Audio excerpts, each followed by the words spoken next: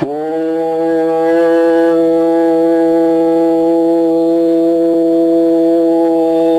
ஈஸ்வரா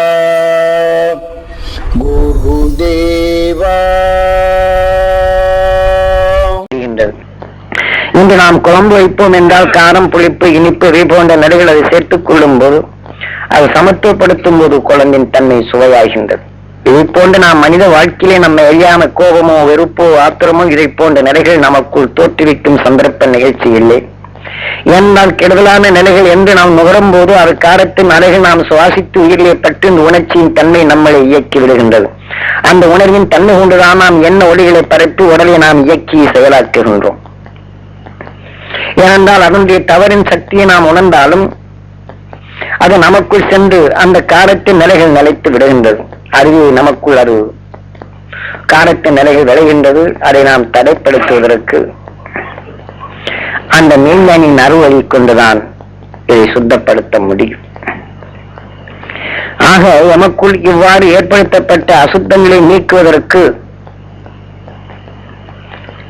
நமது குருநாதர் காட்டிய அந்த அருள்வழி கொண்டு அந்த அகஸ்திமா மகரிஷியின் அருள் சக்தியை பெறச் செய்தார். அவர் பெற்ற ஆற்றலின் தன்மையை கண்டு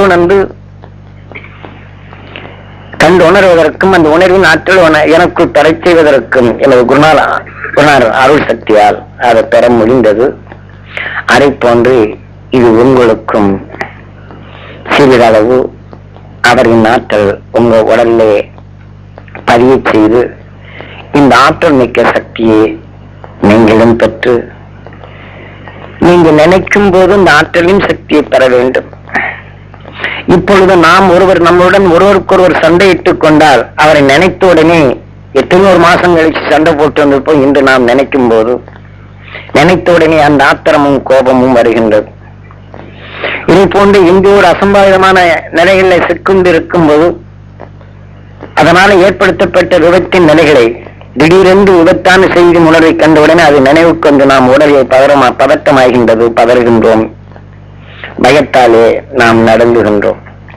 காரணம் என்றோ பதிவு செய்தது நினைப்பட்ட உடனே அதே உணர்வறைகள் நாம் சுவாசித்து அந்த உடலை நாம் இயக்குகின்றது.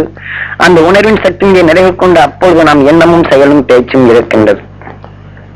ஆனால் அதே சமயம் அன்று நாம் சுவாசித்த என்றோ நடந்த சம்பவத்தை அன்று நாம் நினைக்கப்படும் போது அதே உணவை நாம் சுவாசித்து உயிரிலே பட்டுதான் அந்த உணவின் சக்தியை நாம் நினைப்படுத்தும் போது அது உணர்வு உமிழ்நீராக மாறி அன்று நாம் ஆகாரம் செம்மையான நிலையில் சத்துள்ள ஆகாரத்தை நாம் புசித்திருந்தால் பயத்தின் நிலையை கொண்டு சுவாசித்த இந்த உணவின் சத்து நம் ஆகாரத்துடன் கலந்தவுடனே நம் ஆகாரத்தை சரியாக ஜீரணிக்கக்கூடிய சக்தி இழந்து விடுகின்றது. அதனால குடல் சம்பந்தப்பட்ட உணவுகளும் அது இரத்தமா மாறும்போது உடலிலே பல பிணிகளையும் அது உருவாக்கக்கூடிய ஆற்றல் வருகின்றது. இதை போன்றுதான் நாம் ஒவ்வொரு நிமிஷமும் நம்மை அறியாமல் நிகழும் இந்த சக்தியின் துணை கொண்டாது இது என்று போன்று நம்மை அறியாமல் சேர்த்துக்கொண்ட இந்த துன்பத்தினுடைய நிலைகள் துன்பத்தை விலக்கி ஆற்றல் மிக்க சக்தி தனக்குள் பெற்று துன்பத்தை உருவாக்கும் வரை அது சுத்தப்படுத்தியது மகரிஷிகள். ஆகினாலே அவருடைய நினைவு கொண்டு ஈஸ்வரா என்று உயிருடன் தொடர்பு கொண்டு நாம் அந்த மகரிஷிகளின் அருள்வற்றி ஏனென்ற மகரிஷியின் தான் எல்லாம் சீத்து விண்ணுலகம் சென்றவர் அனைத்துமே படைக்கும் ஆற்றல் பெற்றது. அதனால பொதுவாக எல்லாத்தையுமே மகரிஷி என்று அழைத்து ஒவ்வொருடைய தனித்து பெயர்களை சொல்லி அதை எண்ணில் அடங்காத பெயர்கள் உண்டு. அவர் பெயர்களையும் நீங்க நினைவு கொண்டு எடுக்க முடியாது. அந்த மகரிஷியின் நல்ல உணர்வின் தன்மை எவ்வாறு பெற்றார்களோ ஆகையினாலே அது பொது தன்மை. இந்த பூமியின் தன்மை நாம் சூரியனை எண்ணும் போது அதிலிருந்து வரக்கூடிய காந்தம் அதை நாம் பெற முடிகின்றது.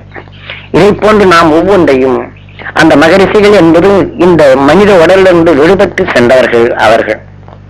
ஆனால் இன்று நாம் மனிதனா இருந்து கொண்டு நாம் மகரிஷி என்று பேர் வைப்பதல்ல.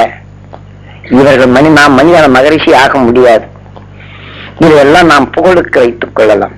மகரிஷி என்பது தனக்குள் மகன் என்பது ஒவ்வொரு உயிரினும் இருந்தும் அவரை மகிழச் செய்து அந்த உணர்வின் ஆற்றலை எனக்குள் ஜீர்ணித்து உங்க துன்பமோ நஷ்டமோ மற்ற அனைத்துமே அதையும் கலந்து தனக்குள் எடுத்து இந்த உணர்வால உங்க துன்பத்தை போக்கி இந்த உணர்வின் ஆற்றலை பெற்று அந்த உயிராத்மாவாகி இந்த உயிராத்மா வெளியிலே சென்றதோடு தான் மகரிஷி என்று பேர் வருமே தவிர மனித உடலுக்கு வராது. ஆக முனி என்றுதான் வர முடியுமே தவிர ரிஷி என்ற தத்துவமே சிருஷ்டிக்கும் தன்மை பெற்றது, கடவுளின் அவதாரம். மகரிஷி என்பதனுடைய தத்துவமே வின் சென்ற பிற்பாடுதான். ஆக முனி என்பது இயக்க சக்தி கொண்டது. ஒரு பொருளின் தன்மை கொண்டு நாம் எடுக்கப்படும் போது இந்த மனித உடலை நான் எதை கொள்கையாக கொண்டேனோ, இன்று நான் சூரியனுடைய ஆற்றலை நான் பெற வேண்டும் என்று எண்ணத்தினுடைய தன்மை சமைக்கப்படும் போது சூரியன் எவ்வாறு அது உருவரச் செய்ததோ அதை போன்ற சக்தியை பெறச் செய்யக்கூடும் முனி. அது விடாப்பிடியான நிலைகளை அந்த உணர்வின் வேகத்துடிப்பை கொண்டு செயல்படுத்துவது. ஞானி என்பது மற்றதை பிரிந்தறிந்து செயல்படும் தன்மை பெற்றவர்கள். மெய்ஞானி என்பது ஒரு அணுக்குள் இருக்கக்கூடிய உணர்வின் தன்மையை அது சிந்தித்து அறிந்து அந்த உணர்வை பிரித்தாண்டு தனக்குள் செயலாக்கும் நிலையும், அந்த செயலின் தன்மை அணுகுள்ளோருடைய நிலைகள் அது பாய்ச்சும் நிலைகள் பெற்றவர் மெய்ஞானி. ஞானம் இல்லாதபடி ரிஷி ஆக முடியாது. முதல் எல்லாத்துக்கும் ஞானம் இல்லாதபடி செடிகொடிகள் எதுவுமே வளர முடியாது. ஒரு வேப்ப மரத்தின் தன்மை கொண்டு உதாரணமா ஒரு அணுவின் தன்மை ஒரு வெப்பம் காந்தம். அந்த காந்தத்தின் சக்தியுடைய நிகழ்வு வெப்பம் ஒன்றை உருவாக்குகின்றது, காந்தமோ இணைக்கின்றது. அந்த வெப்பத்துடன் இணைந்த இந்த காந்தம் இன்று வேப்ப மரத்திலிருந்து வரக்கூடிய கசத்தின் தன்மையை அது ஈர்த்து கொண்டால் அந்த அணுவின் தன்மை அந்த மனத்தை வெளிப்படுத்தும் ஞானமாகின்றது.